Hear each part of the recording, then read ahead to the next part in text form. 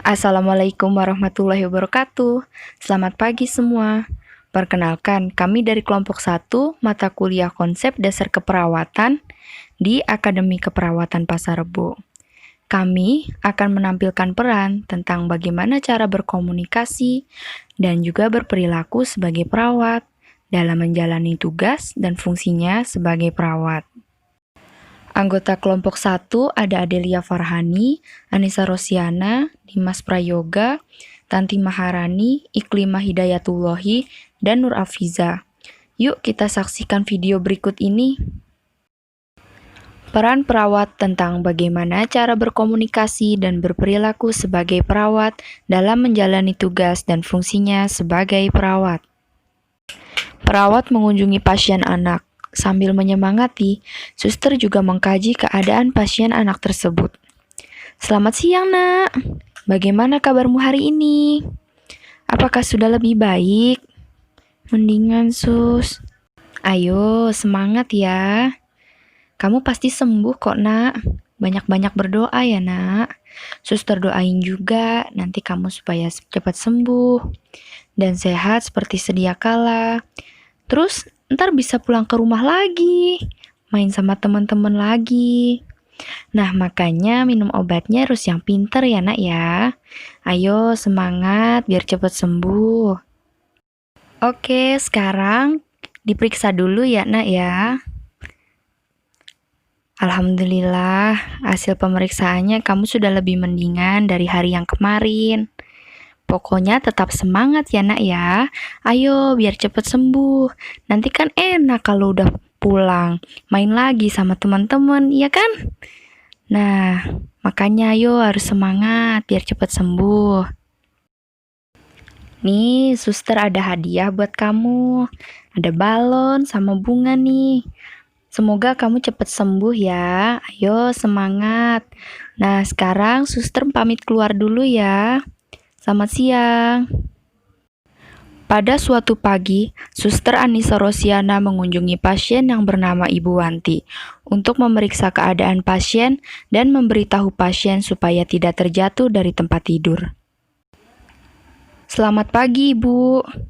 Apakah benar dengan Ibu Wanti? Benar, Sus. Baik, Ibu. Perkenalkan, saya Suster Anissa Rosiana yang berdinas pada pagi hari ini dari pukul 8 pagi sampai pukul 13.30 nanti ya, Bu ya. Bagaimana keadaan Ibu hari ini, Bu? Sudah lebih mendingan, Sus. Apakah semalam bisa tidur, Ibu? Bisa, Sus. Baik, Ibu. Sambil saya periksa infusnya dulu ya, Bu ya.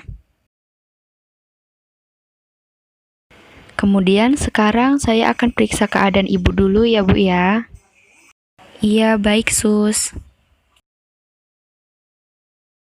Nah, sekarang saya akan memberitahu Ibu ya, Bu, mengenai penghalang tempat tidur yang letaknya di bagian kanan dan kiri Ibu. Jadi, penghalang ini digunakan untuk mencegah terjatuhnya pasien, Bu, pada saat pasien sedang tidur dan lebih nyaman tidurnya ya, Bu ya. Kemudian untuk cara pengaplikasiannya, jika mau ke toilet, di bagian bawah ini ada tombol merah. Kemudian tekan dan dorong ke depan supaya penghalangnya bisa terlipat, Bu. Jika Ibu takut untuk ke toilet sendiri, bisa dibantu dengan keluarga ya, Bu ya. Atau dengan perawat juga bisa, Bu. Nah, nanti Ibu bisa pencet bel yang ada di atas untuk memanggil perawatnya. Ntar perawat akan membantu Ibu. Iya, baik, Sus. Bagaimana, Ibu? Apakah dapat dipahami dari penjelasan suster tadi? Bisa, Sus. Apakah ada pertanyaan, Ibu? Tidak ada, Sus. Baik, kalau tidak ada pertanyaan, saya akan kembali ke ruang perawat dulu ya, Bu ya. Selamat pagi. Pagi, Sus. Setelah perawat memeriksa keadaan pasien dan memberitahu pasien supaya tidak terjatuh dari tempat tidur, perawat pun kembali ke ruangan perawat.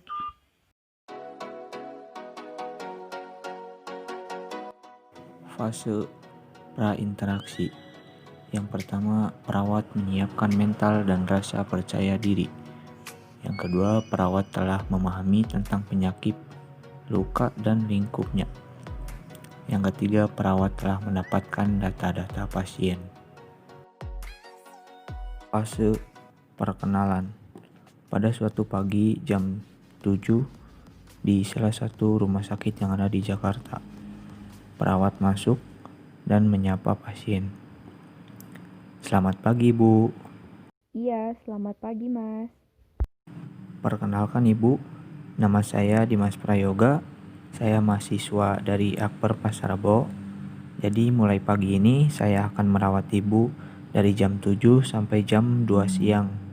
Kalau boleh tahu, nama Ibu siapa dan senangnya dipanggil apa ya, Bu?" Iya, salam kenal juga, Mas. Nama saya Anissa. Bisa panggil saya Bu Anissa saja.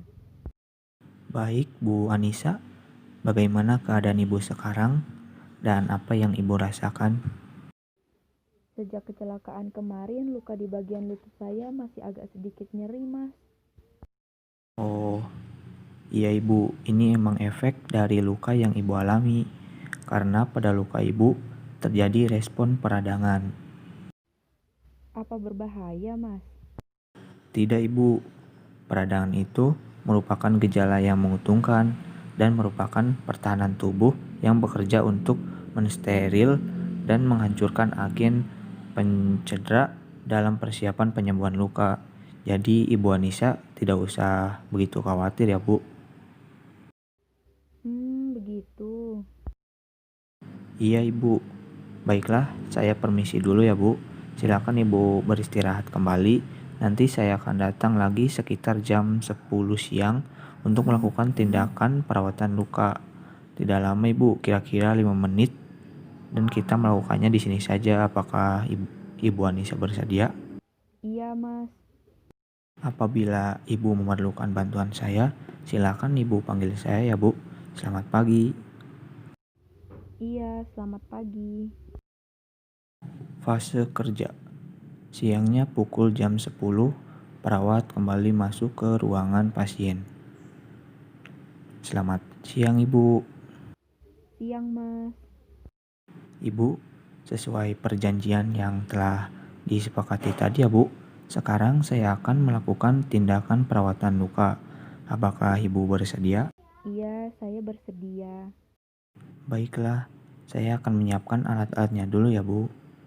Perawat pun pergi keluar ruangan untuk mempersiapkan alat. Setelah perawat melakukan tindakan perawatan luka, masuk ke fase terminasi. "Ibu Anissa, saya sudah selesai melakukan tindakan perawatan luka ya Bu. Dijaga kesehatannya Ibu. Semoga cepat sembuh." Iya, terima kasih, Mas. "Sama-sama Ibu. Selamat siang." Setelah melakukan perawatan luka, perawat membereskan alat-alat dan mencuci tangan, lalu kembali ke ruangan perawat. Assalamualaikum warahmatullahi wabarakatuh. Perkenalkan, saya Adelia Farani. Di sini saya akan berperan sebagai perawat yang menangani pasien ibu hamil yang sedang konsul kandungan. Oke, jadi selanjutnya ada peran perawat berkomunikasi dan berperilaku sebagai perawat terhadap pasien ibu hamil yang ingin melakukan konsul kandungan. Diceritakan, pada siang hari ada pasien ibu hamil yang ingin melakukan konsul kandungan. Pertama, perawat harus menyapa dan memperkenalkan diri kepada pasien terlebih dahulu. "Selamat siang Bu." "Siang Sus, sebelumnya perkenalkan saya Suster Adel. Saya yang bertugas memeriksa kandungan ibu hari ini. Sebelumnya bagaimana kondisi ibu saat ini?" "Sedikit kurang tidur Sus." "Kenapa bisa seperti itu Bu? Bahaya loh itu untuk kesehatan janin ibu." "Iya Sus, bagaimana ya Sus mengatasinya?" "Ibu coba tenangkan pikiran ibu, lakukan hal yang sehat, misal seperti senam untuk ibu hamil." "Sudah sarapan Bu?" "Sudah Sus." "Bagus ya Bu. Jangan sampai tidak sarapan ya Bu, kasihan bayi yang ada dalam janin ibu nanti." "Baik Sus, saya coba USG kandungan ibu ya Bu. Mohon maaf apa bisa bagian perut ibu dibuka sedikit?" "Baik Sus."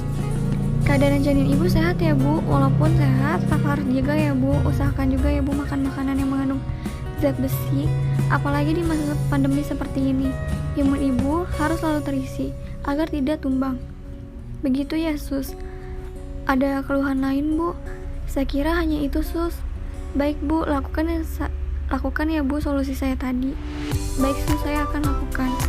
Terima kasih ya, Sus, saya pamit pulang. Ya, Ibu, sama-sama. Dijaga ya, Bu, kandungannya. Itulah komunikasi perawat kepada pasien ibu hamil yang sedang konsul kandungan. Mohon maaf apabila ada kekurangan. Wassalamualaikum warahmatullahi wabarakatuh.